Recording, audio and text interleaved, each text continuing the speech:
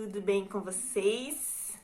Mais um vídeo, saí um pouquinho atrasada esse final de semana, falei lá nos store que o João Guilherme estava com um pouquinho de cólica e eu estava sozinha. Ontem não consegui gravar, então vamos responder algumas perguntinhas que eu recebo, tá? Então, o vídeo de hoje eu não vou falar nada de devocional, não vou falar de nenhuma passagem bíblica, então eu vou responder algumas perguntas que vieram depois que eu fiz o relato do parto do João Guilherme e que possa ajudar alguém. Então, se você conhece alguém que está com uma gestação de alto risco, encaminhe esse vídeo para alguém que tenho certeza que vai ajudar alguém, tá? Então, uma das perguntas foi: qual é o sentimento de ter uma gestação de alto risco? Medo e fé todos os dias. Todos os dias. Eu já fiz vídeos aqui falando sobre isso, mas a semana mais difícil para mim foi a semana de quando eu perdi o Samuel, que foi com 25 para 26 semanas. Para mim foi muito difícil aquela semana, porque eu tive que ficar buscando esperança o tempo todo, porque eu tinha muito medo da história se repetir, etc. Então, para mim, essa semana foi a mais difícil. Outra questão da gestação de alto risco: você faz muitos exames, muitos mesmo. Eu tava olhando no carro esses dias, eu fiz mais de 10 ultrassom. Todos os meus ultrassons foram com Doppler. Então, a partir de 12 semanas, eu já fiz ultrassom com Doppler, que é muito importante. Para quem não sabe o que é Doppler, é uma informação que vem no ultrassom, que ele faz análise das artérias, tanto uteríneas, quanto umbilical, quanto cerebral. Então, ela faz esse acompanhamento do fluxo sanguíneo, se tá fluindo bem, se tá tendo alguma falha ali de enviar nutrientes e oxigênio pro bebê. Então, é muito importante fazer. Então, eu fiz com 12 semanas, depois eu fiz com 17, fiz com 22 semanas, depois 26, 30, 32, e daí eu comecei a fazer toda semana, tá? E aí, por causa do líquido, começou a baixar também, eu fiz de 3 em 3 dias. Então, se você não tem um plano de saúde, aconselho você ter um plano de saúde, porque não é barato fazer esses ultrassom. E às vezes precisa fazer mais exames de sangue e tudo mais. Eu não precisei fazer o anti-10A, que é um exame para você fazer um acompanhamento em relação se a dose de enoxaparina, que é a Clexane, ela está ideal, porque não adianta você usar a injeção se o seu tratamento não está sendo suficiente.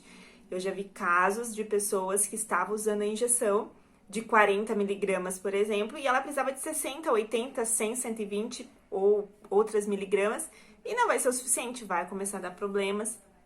Só que o Doppler, ele já dá um norte para você ter uma ideia se está sendo bom a medicação ou não, tá? Então, a primeira coisa: exames tem que ser feito com muito mais rotina. Ultrassom, eu já fiz vídeos aqui falando sobre isso. Pra mim era um misto de sentimento, porque eu queria muito ver como ele estava, porém eu tinha muito medo, porque foi no ultrassom que descobriu que o Samuel não tinha mais vida. Então eu entrava na ultrassom com aquele sentimento. Inclusive, depois que eu já comecei a sentir ele mexendo, né? Eu estava na sala de espera, eu falava: filho, mexe. E daí ele sempre mexia, então eu entrava no ultrassom mais tranquila, né, vamos dizer. Mas assim, gente, gestação de alto risco os 9 meses passa para todo mundo, menos para quem tá grávida. Eu acho que isso deve ser para todas as grávidas, mas é muito desafiador, muito. É um dia de cada vez, não queira pular etapa, não queira ir lá na frente, que às vezes eu recebo mensagem todos os dias de mulheres que estão grávidas e falar: eu tenho muito medo. Sim, o medo, ele é diário, mas você tem que ter muita fé que você vai vencer, que vai dar tudo certo, e etc. Então, esse é o primeiro sentimento que eu tinha de uma gestação de alto risco. Outra coisa foi ter uma gestação de alto risco no meio de uma pandemia, né? O Matheus não pôde ir nos ultrassom, por exemplo, então eu ia sozinha em todos os ultrassom, em todas as consultas do ginecologista obstetra. Então, assim, é muito difícil, porque você tem que ir sozinha, né? Não tem como você ter... mas, graças a Deus, no parto ele pôde participar, se bem que foi um turbilhão, né, de sentimento ali na hora, mas ele pôde estar lá comigo. mas nas ultrassom e nas consultas, assim, ele não pôde ir, então ele não participou dessa parte, né? As únicas que ele conseguiu ir foi quando a gente fez o ultrassom para descobrir o sexo do neném. E foi no final agora que ele conseguiu ir em duas. Então, até então, ele também não estava podendo ir, tá? Então, foi complicado em relação a isso. Outra pergunta que eu recebi sobre a necessidade do pessário. Por que eu usei o pessário? Para quem não sabe, o pessário ele é um dispositivo, é um anelzinho de silicone que se coloca lá no colo do útero e ele fica segurando o colo do útero até o dia do parto, né? Então, para quem tem interesse, para quem tem a necessidade ou desejo de ter o parto normal, se tira com 37 semanas e deixa fluir para ter um parto normal, certo? Quem que usa? Quem tem, eu não vou conseguir falar o nome aqui, mas é IIC, incompetência do colo do útero, mais ou menos isso. O que acontece? O colo do útero ele não aguenta o peso do bebê e ele abre. E a mulher não tem contração, não sente dor. Geralmente acontece essas perdas, né, entre 18 semanas ali, 20 semanas, até 28 semanas. Ou seja, quando o bebê tá ganhando peso. É ali nas 500, 800 gramas mais ou menos, e é onde o colo não aguenta e ele abre. Pra quem já descobriu isso, eu já perdi bebês dessa forma, porque é assim, simplesmente nasce, não dá pra você fazer nada, e às vezes o bebê não resiste pela prematuridade extrema. Então, para quem já foi diagnosticado com isso, porque assim como a trombofilia, para ter o diagnóstico dessa incompetência no colo do útero, precisa ter 3 perdas, o que eu acho um absurdo, né? Mas enfim, se já foi diagnosticado isso, tem como fazer a cerclagem.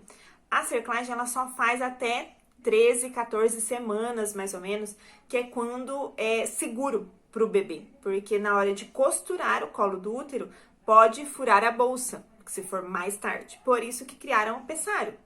Então, para quem tem esse problema, às vezes não necessariamente perdeu bebês para poder usar o pessário, tá? Tem algumas pessoas que recebem o ultrassom lá de segundo trimestre, que é aquela morfológica, e o médico pede para fazer uma transvaginal. Então, nessa hora já descobre que o colo tá abrindo e coloca o pessário. Então, às vezes dá tempo de colocar o pessário. Eu coloquei o pessário porque até então não sabíamos o que tinha feito eu perder o Samuel. Então, poderia ser que eu tinha isso, né? Essa incompetência de não aguentar segurar o bebê até o final da gestação. Então, como eu já tinha passado por um trauma de duas perdas, o meu médico achou mais prudente colocar no começo do que lá no final eu ver que eu teria isso e daí às vezes não dá tempo, né? Que não, às vezes não é tão rápido assim. Então, alguns médicos colocam no centro cirúrgico, que foi o meu caso. Meu médico aplicou anestesia, foi feito no centro cirúrgico. E tem casos de pessoas que colocam no consultório. Tudo bem também, tá? Na hora de tirar, a mesma coisa. O meu foi tirado na hora que aplicou a hack da anestesia da cesárea. Ele foi e tirou o pessário, tá? Então, assim, não incomoda, não dói, não. A única coisa é que o SUS não cobre, plano não cobre, você tem que pagar tanto o pessário quanto o médico para colocar. No meu caso, o médico colocou pelo plano e eu paguei o pessário, tá? Então, varia aí. Tem região que você paga R$500, tem região que você paga 3.000. Então, depende muito do valor que você vai encontrar do pessário, tá? Mas eu usei por essa razão, porque não sabia o que eu teria. Então, para não correr o risco de eu também ter isso, né, além da trombofilia, o médico já falou, vamos colocar no começo e assim você não corre esse risco, né? Só que a gente tem que fazer exames de mais rotinas de infecção urinária, por exemplo, porque pode dar infecção urinária, enfim. Mas é muito utilizado, é um dos recursos aí que a medicina criou, que ajuda muitas mães a conseguirem o tão sonhado bebê no colo, tá? Outra pergunta que eu recebi, qual foi o sentimento que eu tive quando eu peguei o João Guilherme no colo? Foi assim, gente, posso falar que eu passei por 2 momentos do parto, né? O momento que ele nasceu mesmo e o momento que eu peguei ele no colo pela primeira vez, que foi ainda dentro da UTI. Mas foi um sentimento, assim, de que eu tava renascendo naquele momento. Passou um filme na minha cabeça. Eu vi assim, em questão de sabe quando alguém coloca um trailer da sua vida, mais ou menos? Foi isso que eu senti. Parece que eu vi a minha vida passando em um ano, em segundos, e eu vendo ali o milagre se concretizando nos meus braços. Parecia assim, eu chorei, as enfermeiras choraram, e foi assim, incrível, porque foi no dia do meu aniversário, que eu pude passar com ele o dia inteiro no meu colo.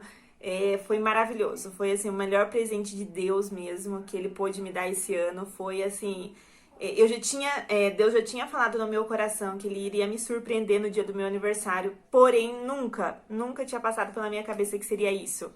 De verdade, eu achei que o João Guilherme ia nascer sim na semana do meu aniversário, ou sei lá, eu sabia que no meu aniversário alguma surpresa eu ia receber de Deus. Mas ter o meu filho nos braços depois de uma semana turbulenta, que foi o que a gente passou, foi assim, algo como que eu pude ver Deus ali na minha frente falando: eu falei pra você que ia ficar tudo bem. Eu falei pra você que você ia ter seu filho nos braços. Foi assim, algo surreal mesmo, pra quem já teve experiências com Deus assim, de ter ali a presença face a face com Deus mesmo, de você ver em detalhes o cumprimento de uma promessa. É incrível, incrível. Como foi a minha reação em vê-lo pela primeira vez? Eu vou fazer um vídeo depois da UTI NEL. Foi muito difícil pra mim, porque ele nasceu, eu não vi ele na hora que ele nasceu, porque saíram com ele correndo. Então eu não tive aquela fotinha que todo mundo sonha, infelizmente, mas glória a Deus também. Não, eu falo que eu não crio expectativa pra algumas coisas, porque senão acontece, às vezes a gente se frustra, né? Então eu só dou graças a Deus mesmo, porque Deus agiu na hora certa.